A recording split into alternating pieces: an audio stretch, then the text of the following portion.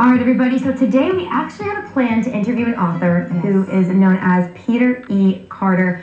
Unfortunately, though, the community is grieving because he recently passed away.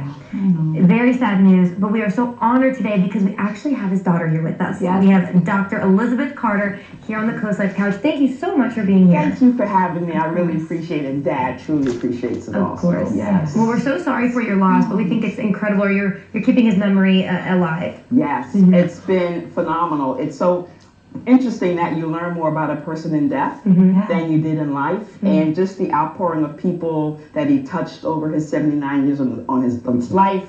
People still calling. I have his cell phone, and people still don't know, so they're calling to say hi. I'm like, oh, I'm sorry to tell you he passed away in May. But it's just been a great journey. His life was phenomenal. He lived it to the fullest, and I'm so proud to continue his legacy with the name and everything that he worked for. I'm continuing to do in his absence. That's great. Well, I'm sure he's very proud of you. He's looking down, very proud of you. So first, we're going to talk just about who your dad was, if that's okay. He was, of course, an author, but so much more than that. What would you want people to know about him? He was an educator. It's interesting, in his first book, I learned more about him in his books than I ever learned when he never told any real stories about his life, but he was an educator. He loved children. And his mother was kind of upset when he said he wanted to be a teacher because she wanted him to be a doctor. Because coming from Trinidad in the Caribbean, that's kind of the American dream. Come to America, become a doctor or a lawyer. And when he told her he didn't want to be a doctor, he wanted to be a teacher, she said, ugh.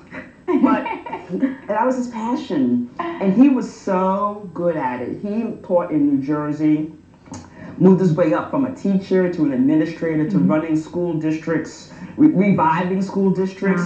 And he loved to be able to lend his lens of intellect and passion and love of children to break through tons of barriers of racism. Quite often he was the only or the first, similar to his book, a first in many venues as an African-American male in educational settings at the leadership level, where he was calling the shots, hurting feelings, but always for the children.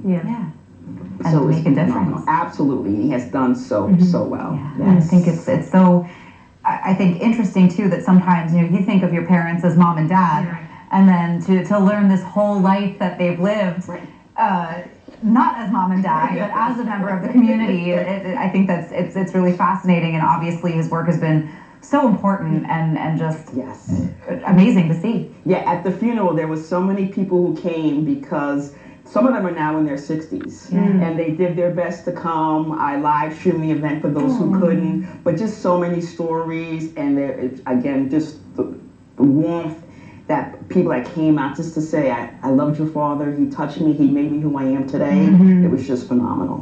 That's beautiful. Before we jump into his books, I did hear one little thing. Your dad turned down the Beatles one time? Yes. I just want to hear that story really So quick. that's in the book, because he never told me that. Apparently, he was part of, at college, the event committee, and he had several different groups. He said he had Ray Charles come on, a couple of other groups, and they brought to him this group from, England, and they were called the Beatles. He's like, the Beatles? That name will never work, apparently. And lo and behold, he said, no, I don't want them performing at the school. And here they, now legends. So it's so funny. I never realized that till the book, but he has tons of Beatles paraphernalia in the house. So it's kind of this sense of, oh my God, the biggest mistake of my life. I must make up for it. There's Beatles everywhere in the house. Photos, albums, you got a Beatles watch. So he's a fan because of that mistake. That's incredible. He went on to be the biggest Beatles fan. But you could kind of switch it up. You could be like, instead of, I turned down the Beatles, you could be like, I turned down the Beatles. True. Right. Well, what a fun life. And so people are going to want to hear about this and hear his stories. Yes. How can they do that? When? Let us know about that. Right. So he's got 2 books, and it was funny.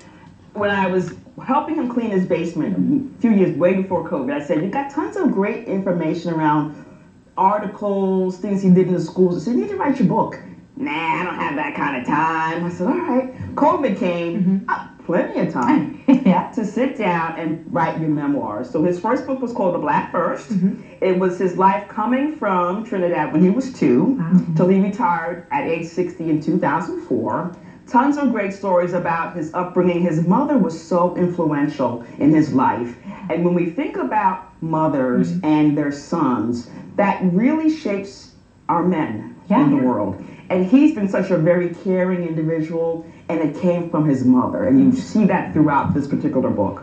The second book, called A Black First, The Blackness Continues, was his life from retirement, moving here to the Lewis area, and his work in a consulting capacity for many school districts, again, advocating for children and their rights to have equitable education, which is still a challenge in many school districts.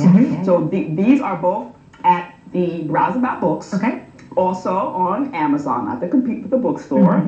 We are doing a book signing on October 7th at Rouseabouts from 11 to 1. I will be signing on his behalf and selling a book. Would love to have the entire Coastal Life area come out and support, say hello, share some words if you met my dad or interacted with my dad.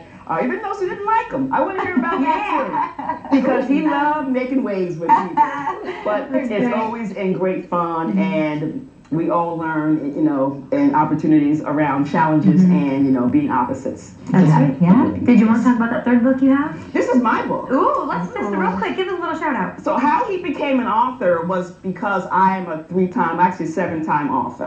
I've been in anthologies. I have 2 of my own published books. And what I loved about his life is that he was always about educating and empowering others, especially those who were the underdog, underrepresented, hidden behind the scenes. And I similarly have that in my life as a person working in corporate America. I'm a corporate executive, African-American female, tons of challenges, probably not as bad as his, coming up in the 60s and 70s in the same vein. But I just recently published my own book anthology called Letters to My Corporate Sisters, stories of endurance, elevation, and encouragement, where myself and 10 other women share their story about their struggles in corporate. But to say, we have persevered, we have been able to overcome, now we want to step back and help the next set of leaders. Same as my dad was doing for other educators. These books will help many individuals who want to be a teacher, struggling, don't know what to do. So these are all really empowering books for those who know their passion,